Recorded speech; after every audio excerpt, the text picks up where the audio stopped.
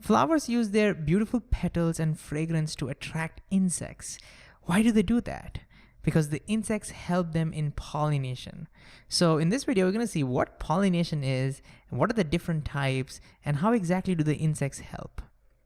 So let's start with what is pollination. Pollination is simply the act of transferring the pollen grains from the anther, these are the anther, the top part of the male organs, to the stigma. Stigma is the top part of the female organ. So let me just show that. Here is the pollen grain sitting on the anther, top part of the male. Here's the stigma, top part of the female. The act of transferring that pollen grains from the anther all the way to, let me just share, from the anther all the way to stigma, that's basically what we call pollination. That's what pollination is all about. Now, based on whether the pollen grains are transferred within the same plants or they're transferred between two different plants, we can classify them into two kinds. So the first one we'll call self-pollination. Self-pollination. And the second one would be something called cross-pollination. Let me just write that correctly. All right, cross-pollination. So let's start with the self-pollination. What exactly is this? So as the name suggests, if the pollen grains are transferred within the same plant itself, then we'll say it's self-pollination. So one way that can happen is if you have pollen grains transferred within the same flower. So from the anther to the stigma of the same flower. This is self-pollination. But even if you have pollen grains transferred from the anther to the stigma of a different flower belonging to the same plant, I'll call this number 2, this is also self-pollination. Why? Because still the pollen grains are being transferred within the same plant. The pollination is still happening, the plant is still pollinating itself. That's the whole idea behind self-pollination, okay? So these are examples of self-pollination. For the first one to happen, the flower needs to be bisexual, meaning it has to have both the male and the female reproductive parts. Only then it can do this. On the other hand, if the flowers are unisexual, then they can still self-pollinate this way. A male flower can transfer pollen grains to a female flower belonging to the same plant. On the other hand, what do you think is cross-pollination? Can you guess that now? What do you think is cross-pollination? Well, cross-pollination is transfer of pollen grains from one flower to a flower of a different plant or a different tree.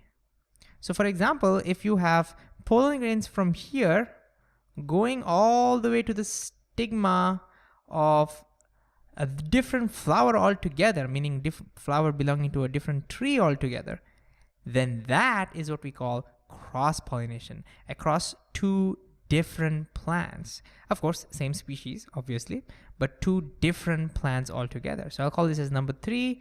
This is in pink, so this is cross-pollination. Now you might say, cool, but how exactly does the pollination happen? How do the flowers take the pollen grains and transfer it to the stigma? They don't have any moving parts now, do they? Well, that's a great question.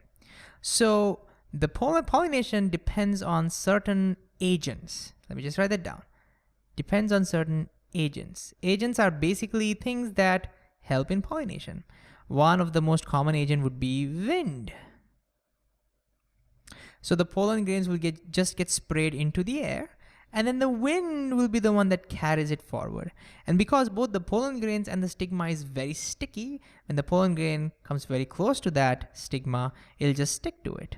And of course, in some cases, they are not sticky, but they are very hairy. Even then, the pollen grains will get entangled very nicely with the stigma and they get stuck to it. And pollination happens. So with wind, self-pollination can easily happen because they're very close to each other, right? The stamen, the pollen grains and the stigma are very close to each other. So with wind or water, just like how wind helps in transferring pollen grains for land plants, water will help in transferring the pollen grains in aquatic plants. But what about cross-pollination? Now you see, for cross-pollination to happen, the pollen grains need to get transferred from one plant or from one tree to another.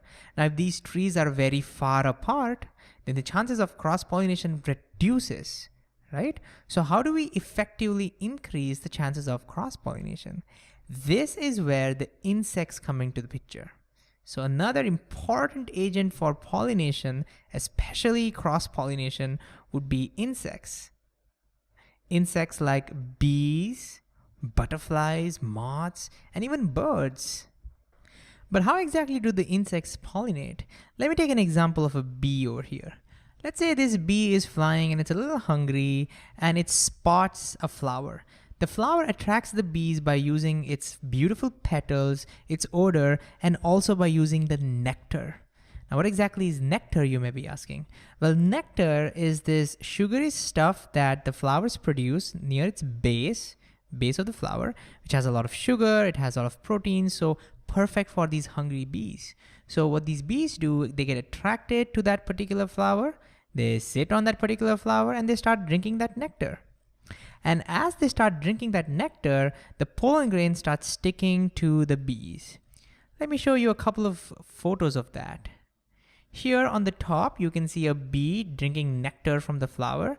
And as a result, you can see it's resting its legs on one of the anthers. And so pollen grains can easily stick to the bee. In the second case, you can see a lot of pollen grains sticking to this bee. This bee has been super busy.